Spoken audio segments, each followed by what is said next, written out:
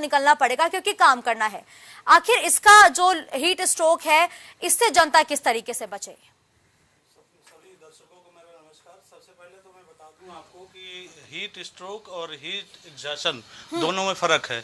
जनता को समझना चाहिए कि हीट स्ट्रोक किसे कहते हैं और हीट एग्जॉशन किसे कहते हैं। हीट स्ट्रोक में आपको स्वेटिंग नहीं होती है, कोई भी स्वेट नहीं होगा। एकदम से हीट स्ट्रोक में sudden rise of temperature 103-104 degree बुखार हो जाता है और बहुत तेजी से बॉडी अनकॉन्शियस हो जाती है, कोलैप्स कर जाता है पेशेंट। और अगर आपको हीट एग्जॉशन है तो आपको उसमें पसीना ज़्यादा होता है गर्मी लगने से और बॉडी में सोडियम लॉस हो जाता है, तब अनकॉन्शियस हो जाता है पेशेंट। इसको बोलते हैं हीट एग्जॉशन।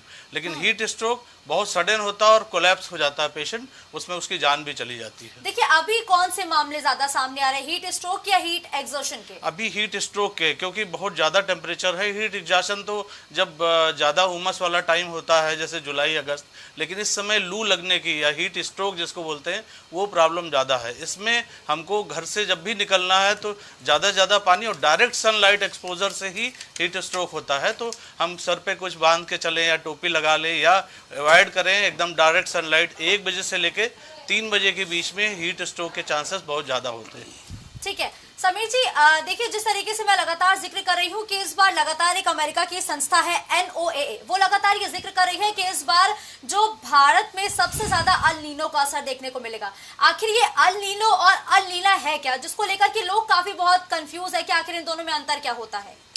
देखिए, ये तो एक साइंस का मुद्दा है, उसके लिए हम ज़्यादा डीप में नहीं जाएंगे। आम आदमी की भाषा में इसको समझ लेते हैं कि हीट स्ट्रोक और हीट एग्जॉशन, जैसा अभी मैंने बताया, हीट एग्जॉशन जो होता है लगातार धूप में काम करने से होता है। लेकिन हीट स्ट्रोक या जो अल नीनो, जो टेम्परेचर बढ़ रहा है, ग्लोबल वार्मिंग हो रही है, इतना AC का उपयोग किया जा रहा है कि उससे टेम्परेचर बढ़ता चला जा रहा है। आप देखिए, सबसे ज़्यादा इंडिया में देख लीजिए, हर जगह प्लांटेशन, विदेशों में प्लांटेशन पहले कर दिया जाता है तब प्लानिंग होती है, यहाँ पे प्लांट्स को काट दिया जाता है। तो टेम्परेचर बहुत तेजी से राइज कर रहा है। और पहले सड़कों के किनारे पेड़ हुआ करते थे, लोग उसमें रेस्ट कर लेते थे। अब ज़्यादातर देखा जा रहा है सड़क पे लोग चल रहे हैं, हीट स्ट्रोक हुआ, वहीं पे वो कोलैप्स कर गए। तो जब तक उनको हॉस्पिटल ले जाया जाए तब तक कई डेथ भी हो जाती है। ठीक है, देखिए अश्विनी जी, अब मैं सीधा आपका रुख करूंगी। देखिए, अभी आपने समीर सिंह जी की बातों को बखूबी सुना। उन्होंने कहा कि लगातार विकास के चक्कर में पेड़ों को तो काट दिया जा रहा है, लेकिन नए पेड़ नहीं लगाए जा रहे हैं, जिसकी वजह से लगातार जो गर्मी है वो बढ़ती जा रही है। मुस्कान जी, देखिए, कभी भी सरकार जो है जब भी विकास के उसमें पेड़ काटती है तो उसके एवज में पेड़ पहले लगाया जाता है, फिर पेड़ काटा जाता है। ये सरकारी नियम भी है और लगाया जाता है। चाहे जैसे सड़कें बन रही हैं, पहले 2 लेन थी, 4 लेन और 6 लेन हो रही हैं, सभी सड़कों के किनारे बीच में प्लांटेशन किया जाता है। तो ये प्लांटेशन हो रहा है, मगर दिन पर प्रतिदिन एक जो कहा जाएगा कि ये ग्रीन जो है गैस के उत्सर्जन से, जैसे AC की वो बढ़ोतरी हो रही है, नए कनेक्शन बिजली के लोग ले रहे हैं। ज्यादातर गांव में पहले जो AC नहीं हुआ करता था, अब AC पर जो है लोग निर्भर होने लगे।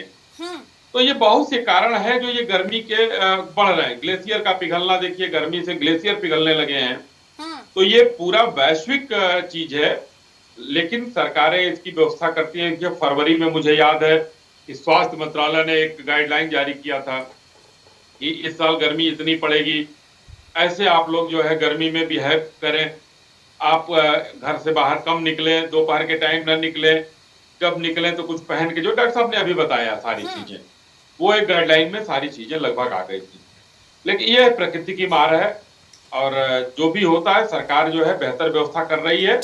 बाकी हम लोगों को भी थोड़ी व्यवस्था में सहयोगी होना पड़ेगा। बिल्कुल। देखिए विवेक जी, अभी आपने सुना कि अश्विनी शाही जी ने कहा कि देखिए ये एक वैश्विक परेशानी है जिससे पूरी जनता या पूरा देश या और पूरा विश्व जूझ रहा है। लेकिन इन्होंने दावा किया कि अगर विकास के लिए पेड़ों को काटा